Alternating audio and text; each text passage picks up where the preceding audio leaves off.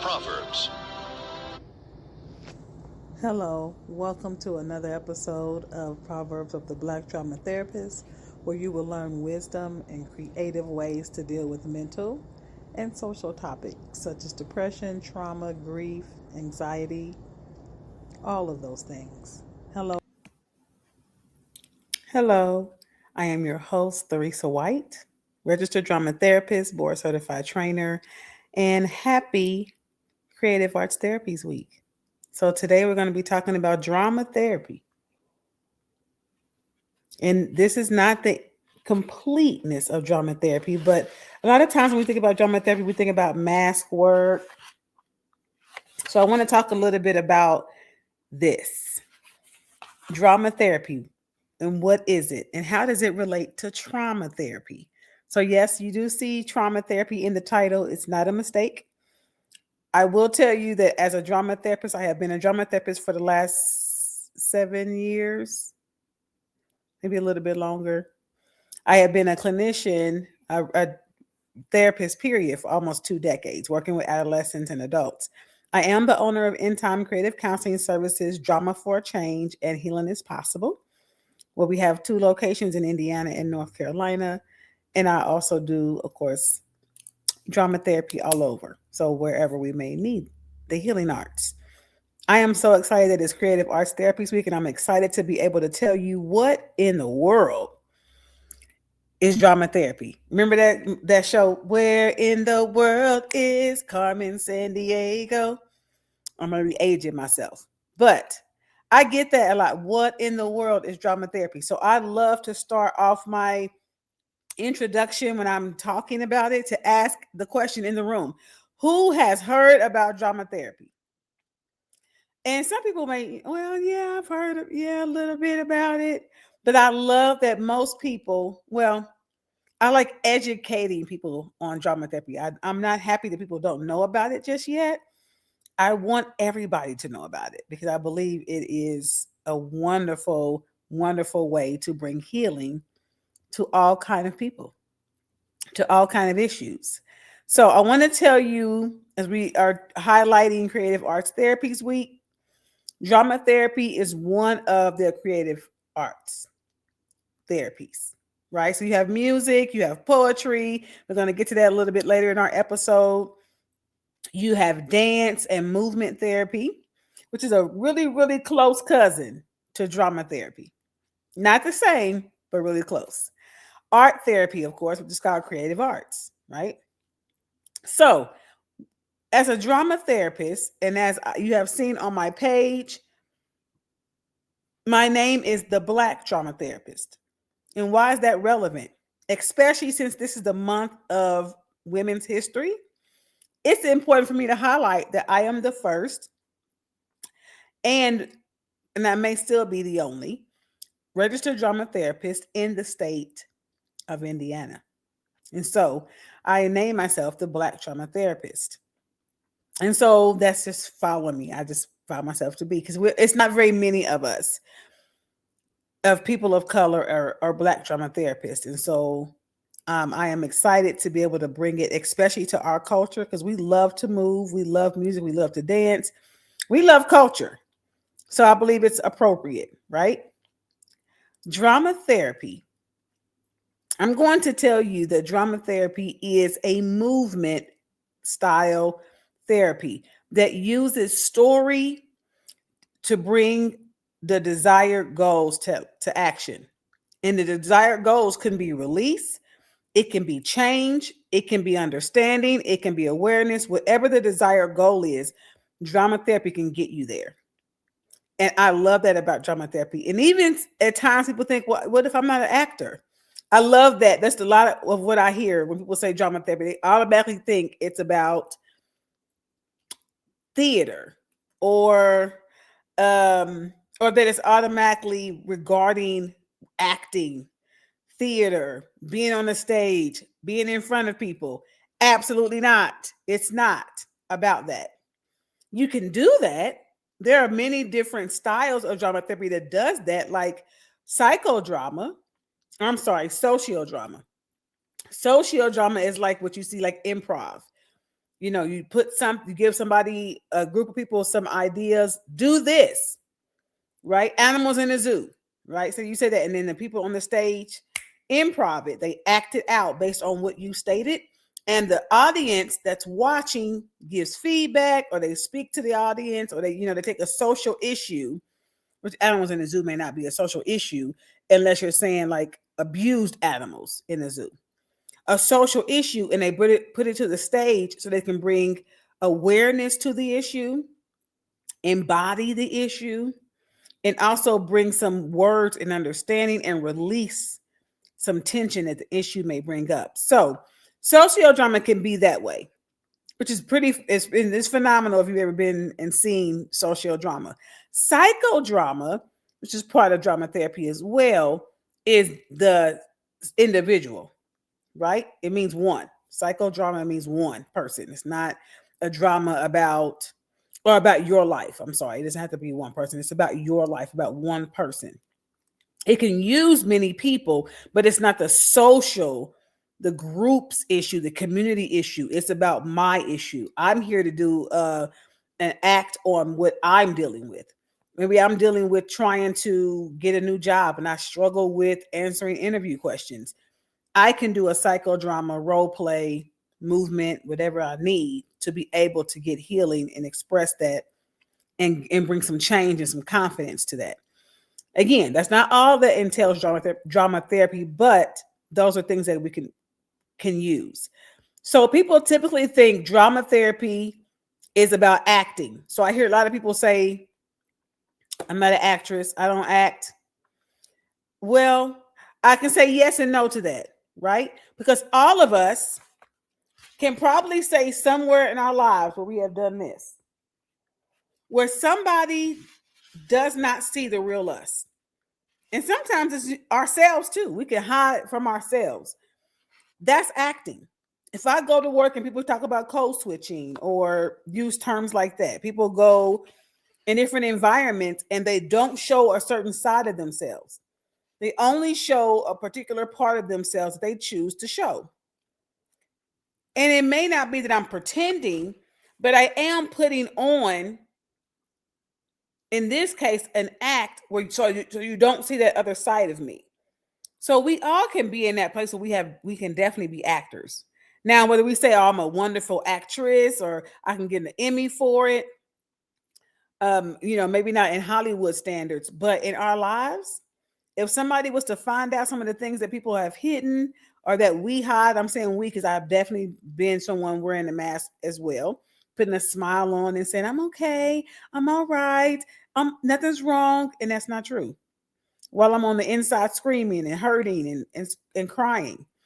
Drama therapy is not about acting. It's about real life. So it's really about drama for real is what I would like to call it. There actually is a book called Drama for Real. Acting for Real, I believe is what it's called, by Renee Imune. But drama therapy is about taking real life drama, real life conflicts, and bringing healing and release to them, which is why you see the term trauma therapy also. People a lot of times assume that I'm mispronouncing trauma therapy. Oh, you're a trauma therapist? No, I don't have there's not an accent to what I'm saying. It's a DR, not a TR. Now, drama therapy is not only for trauma therapy, but it can absolutely help with trauma therapy. There are modalities that people use now. They're tired of just talk therapy. So I call myself the person, I got tired of talk therapy. Or sometimes you get tired of just talking about the issue. I'm all talked out, right? And so drama therapy is a great tool to use because you don't have to use words at all. So when you think about acting or on a stage or theater, they can use dialogue and words. And most of the time they do, right? But there are some times where, what if you don't have the words for it? And so I love that drama therapy is so multifaceted that it can use so many different ways to address the issue. I'm going to give an example of one way that I've used no talking as a way to bring awareness and just using drama therapy, period. A group of young people, and I was doing a substance abuse or substance use, really wasn't a substance use group for teenagers. And so I love that because I was getting a lot of my drama therapy hours using it with my youth. And so one activity is that we have them sit in a circle and then say, I was like, okay, I want you to physically sculpt like a sculpture, like you were to be a museum sculpture. If I gave you one word, you just immediately physically you think about it, and then physically you will sculpt it with your body and using your facial expressions as well. No words, just your body. Now that's pretty powerful. And so with my youth, and I wouldn't encourage anyone to use this without proper training. So let me throw that disclaimer out there initially. So I had my group, and I said, I want you to sculpt worry or anxiety. And most adolescents have definitely dealt with worry or anxiety. And I definitely really good with working with adolescents with anxiety and worry. So everybody's doing their sculpt. And there was one person that does not move. They just, kind of people would call that, and in the world of psychology or counseling, a lot of clinicians would call that being not defiant. That's not the word. When you have a client that is blocked, said that client's blocked, or they are refusing to participate. Drama therapy has a great way of using that as a positive. We're not looking like, I don't say, oh, she or he is not engaging. They are being, they're blocked at that moment. No, we still acknowledge the fact that they did not move.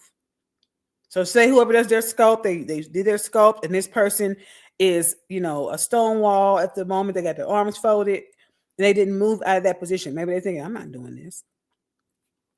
When we go around and acknowledge each of the sculpts that are done, and we can just say, just notice them. We're not saying you got to explain them if you don't want to. Some people may want to explain them. But then there's that one person who did not, or the group may see them as not moving. As the provider and the clinician that's there and the drama therapist, I would say, yes, that is also a way that anxiety can be expressed or worry can be expressed. So we include that person. So when you think about drama therapy, is very inclusive. It is not, it's using the improv rule of yes and. There is never a time, oh, that's not how you do it. There's no wrong way to express. Because who am I as the clinician to tell you that that's wrong to express, or that's not how you show anxiety? No, maybe that is. Maybe your lack of movement is how your sculpt of anxiety, your sculpt of worry. And say I change it. It's not just limited to anxiety. I can say anger. And they didn't move. I can say, yes, that can also be a way that people can express anger. And it brings the inclusivity. So they was not, so bringing them in also not only shows them, but it shows the other ones in the group. I was not excluding them. I'm not looking at them as in a negative. Your choice to not move was also a part of the group. Your choice to just observe is also a part of the experience. And so drama therapy absolutely allows for audience. And we love audience. I mean, audience is a very important part of story, right? Very important part of, as you say, with theater. And so I want to express, so to sum it up in a term or a statement, drama therapy is a therapy that makes the body speak without always having to use words. It gives voice to your system when you don't always have the words on your lips. So sometimes people don't recognize that your feet are talking, right? And people make jokes now like, oh, my feet are barking, or, oh, your toes are, they talking. As women who wear heels, we may say things like that. But those phrases are absolutely true. When your feet are hurting, they're saying something to you. When your neck is hurting, it's saying something. It's giving you a message. And when we are not engaged in that, we're not aware of it, we'll keep on moving through life just like this. And so drama therapy is absolutely available to give voice to that. And so that's what I love about this particular expressive or creative arts therapy, because it's, as all of the other ones are wonderful as well. Of course, I'm partial to drama therapy because this is where my experience and expertise is. I have experience with using all of them. I really enjoy the drama piece because of how I know the nervous system works and how the brain works and how it locks things into the body. And the body needs a lot of times to move things out. And sometimes it can move it out by talking, because I'm not saying talk therapy is not effective, but it's only effective to an extent, especially when we're talking about trauma, the trauma that people are trying to heal from or wanting to change, with, the different triggers that come up, or the different activators, as I call them, that come up. And I really want to give people that creativeness where you don't have to have a very scary experience to heal. Now, I'm not saying healing is always easy, but it doesn't always have to be scary. And so some of the trauma therapies that are out there from the past has been scary for people. And trauma alone is already uncomfortable. So I want to give people a safe and creative method to be able to do so. And it's hard to explain without experiencing it, but that's one way, that I can kind of sum it up, that it's a expressive modality that gives the body voice.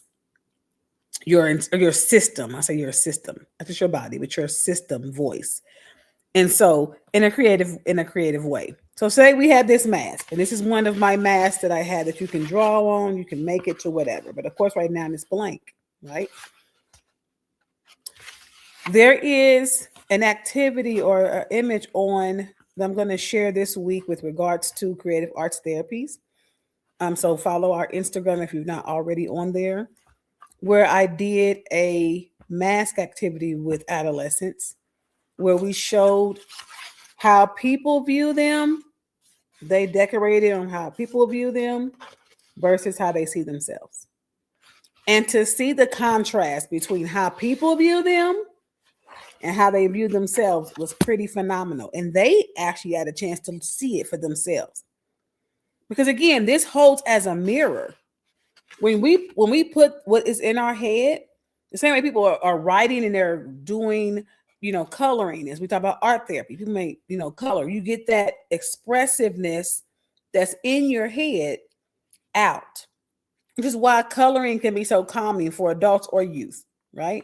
Or for anybody, because it gives that your hand some nice sequences to follow, so then it calms the brain. There is, and I'll give you a physical, if you did not know this already, a physical tip, literally tip. The tips of your fingers are highly sensory, I guess I'll say sensory oriented. And so, yes, we have fingertips and we get that, right? We have fingerprints and we get that. But we don't always understand what the tips of our fingers do. The nerve endings are intended to calm, and it has connection to the entire system. Now, yes, your vagus nerve that runs from your head all the way down to your feet is definitely the nerve that calms the system when we're breathing really deeply and calmly. But when we are really stressed or we're worried, people kind of wring their hands, they do this a lot. It's because of these, where the nerve endings are on your fingertips. So when people are doing this, it really is a soother. It really is calming. So when if you're stressed or you're like got a speaking engagement, or as we say, people have to do their speeches at school and don't know what to do, then start to rub your thumb, rub the tip of your finger, and just allow your system to calm as you rub it. And even if you do it right now, as you're listening to this episode or watching this episode, you will notice that it is really comforting. You're like, oh, this does feel nice. It does, because the longer you do it, the more your system will begin to relax. And so that's just a tool if you want to use it. If for those who may be struggling with anxiety or having nervousness with speaking in front of people, or just period, right? You can sit there and people typically don't, look at you or stare at you if you're doing something like that, right? Because most people are moving their hands, or that kind of thing. But just take one finger and you just rub your thumb across your fingertips. So that's something that is hopefully helpful for you that you can take away from this episode. Let's talk about a couple of the others. So as I talked about, that's one way that I use mask work. Mask work is so vast. I can use it in so many different ways. And so sometimes, people don't know. And so I'll give another example. Say I use the word anxiety, talking about anxiety again. So I can say, give me on your mask, I want you to show me, 4 faces of anxiety, and draw 4 different types of faces. Each corner is a different face of anxiety. And when you do that, then once we put it on what we call paper, or express it outwardly, you look at it, you bring awareness. Oh, okay. You acknowledge it, which that is a whole healing process by itself. But then imagine when we put the mask on and we embody it. Now, it depends on where people are in their healing journey. Before I won't have them jump to that particular part just yet. But if they're ready to embody something, imagine, let's embody the first face. We come up with a scenario, because story is a huge part of drama therapy. The whole point of us coming into therapy, everybody has a story, right? So story is powerful. Your story is powerful. And so when you come in and we're saying, hey, what brings you to counseling, or what brings you in, from your doctor's office, or, wherever, they always ask that question, what brings you here? You can go to a lawyer. What brings you here? And you do what? You tell your story. So the same way that when you come to a session, or you come to start your healing journey, we start just like a GPS with you tell me where you are right now. What's the story? And you share, the person shares whatever they would desire to share. We don't know what your story is, so we can't tell you what to share and what not to share. Now, we can definitely ask questions to help prompt you into sharing what we need to help you on the journey if you're struggling to give that.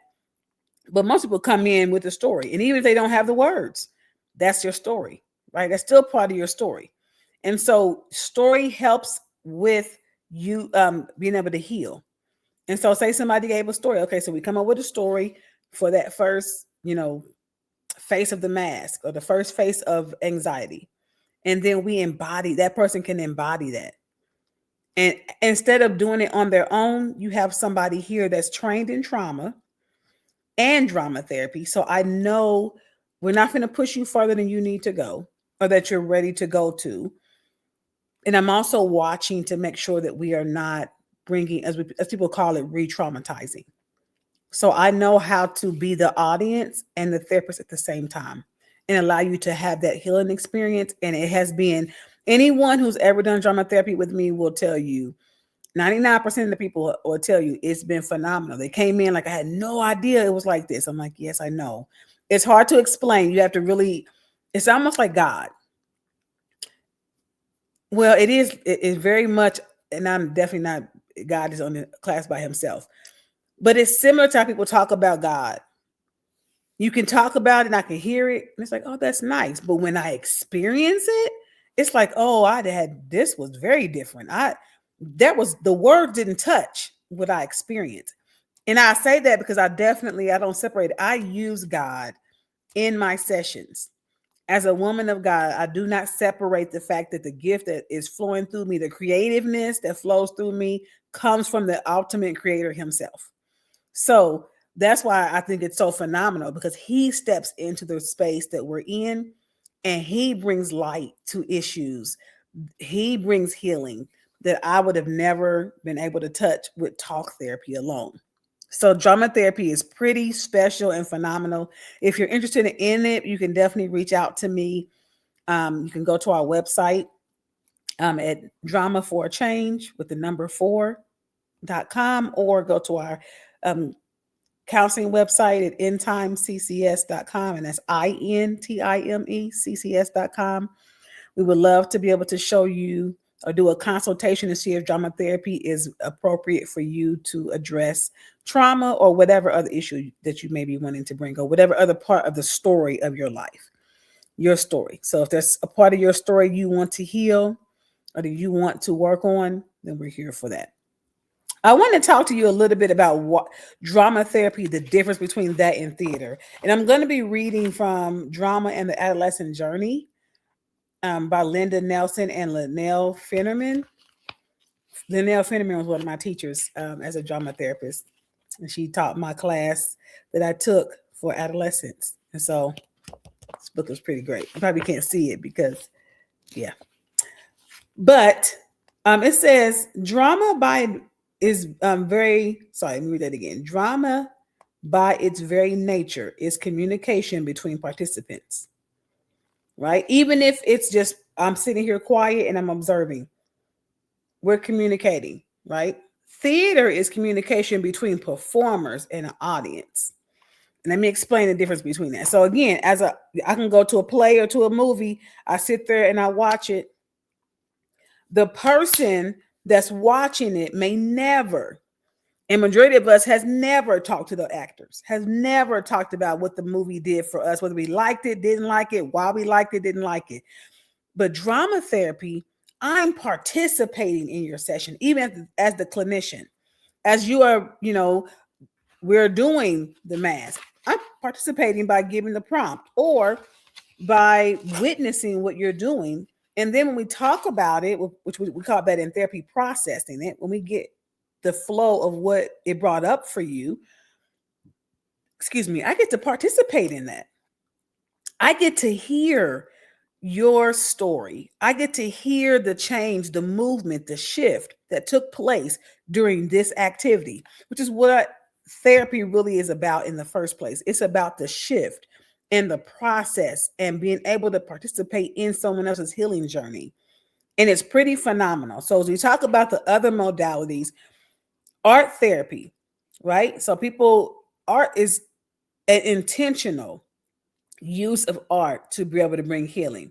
So yes, I may say, oh, I'm going to color today. If me coloring today and then leaving it alone or putting the paper down is not art therapy. So let me clarify. People say, oh, I'm going to talk to my friend. It's not the same as going to therapy. Talking to a loved one or a friend or a peer is not the same as therapy. Therapy is a highly trained skill to be able to bring changes and shifts based on the story that's presented. So I want to make sure we clarify that. Because I'll just do this. I'll just listen to a song. That's music therapy for me. Music or putting on a song can definitely shift moods and, help you in a situation, but that doesn't mean it's therapy at that moment. Because again, therapy is a very specialized, trained technique in using it. So when we put therapy behind something, that means we use the therapy technique in the creative arts method. So I'm using the therapy that I have learned, the therapy techniques that I've learned and been trained in over all these years in the drama method. So I want to clarify that. Art therapists will use the therapy technique in the art method. Music, same, right? Dance and movement. So dancing is a nice release, but there is a therapy technique to it that brings a whole new level of release and healing that dance classes alone don't have. Now, I'm not knocking any technique, but it's not the same as a therapy, a music therapist. It's not the same as a dance troupe or that kind of thing, right? So the last one I want to talk about is poetry or spoken word as part of the expressive or the creative arts. I keep saying expressive arts. Creative arts. Word, first of all, to take an experience and put it into rhyme, rhythm, a beat, put it to, and that's really what it is. You're putting rhyme, rhythm to a beat. That flow absolutely, and if you have ever heard some phenomenal poems, which I have definitely heard online, I've watched a few on Instagram and Facebook, they move you, right? But again, if you are on the other side of that and you never get a chance to engage or participate, it's similar to how we just talked about the difference between drama and theater, right? It's a performer and an audience. But poetry or poetry therapy is very different because you are engaging. Both are engaging. So the creative arts therapies are all using the arts, which is wonderful because the arts they open up so many areas of life that we have not into.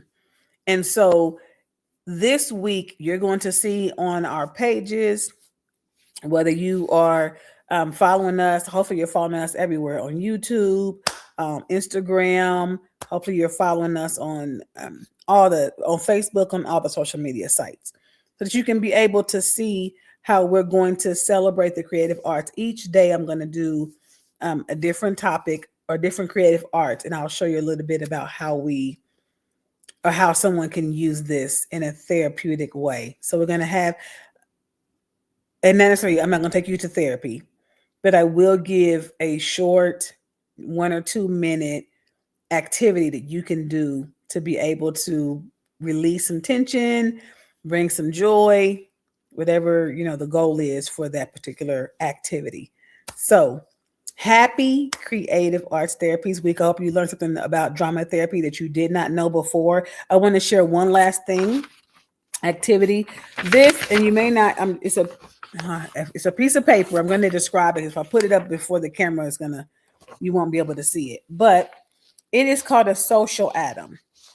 I use this as well in drama therapy. So this is a pretty powerful activity that I use, and I can take something that you may do a worksheet on, and we can use drama therapy with basic worksheets that people typically use in therapy. So people, I'm tired of worksheets. My teenagers definitely always said that. I'm tired of worksheets. I don't want to do no more worksheets. I'm like, me neither. Because I don't want to sit here while you do worksheets. Movement and games is so much more fun. And so we did a lot of movement and games. And some of my hardest, I call them my hardest teenagers, or even my adults as well, that was from the beginning was like, yeah, this is stupid. I don't want to do this. Actually was like, that was pretty amazing, Miss White. I really enjoyed the class. They started to enjoy coming to class because my groups, I'm going to tell you from right now, anybody who's ever been in my group, from adults to youth, my groups are not boring.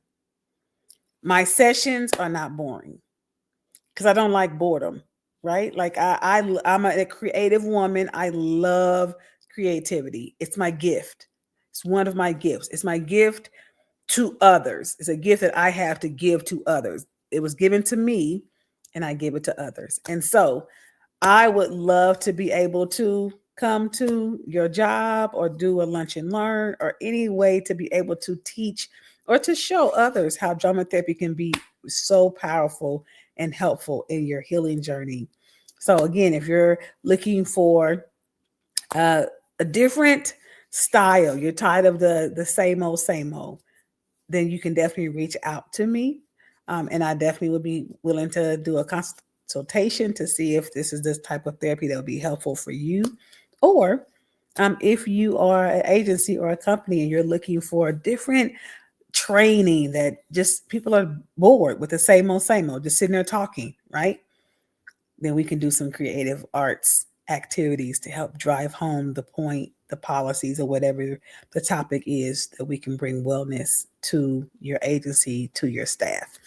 Thank you so much. Again, as we celebrate Creative Arts Therapies Week, celebrate with me because it took creativity to get you here. The great creator was so creative. And I'm going to get the scripture that states, you are fearfully and wonderfully made. And what that means, that you are made with creativity, with respect, and with reverence. I'm going to give you the actual verse that says that. Psalm 139 and 14. It says, I give thanks to you, talking about to the Lord, for I am fearfully and wonderfully made. Your works are wonderful. My soul knows that very well. So, if drama, I can close out anything about drama therapy for this moment before we get into our topics or what we're going to do, our expressions that we're going to show this later this week. Drama therapy is a therapy for the soul. It's not like therapy for, the mind or the emotions only. Drama therapy is a therapy for the soul. So if you're ready for healing for your soul, I may be the therapist or the agency for you. Have a great week, you all. Be creative. Intentionally do something creative this week and allow that healing to flow through you. And again, if you need to, remember that fingertip technique. If somebody's frustrating you at work, fingertips.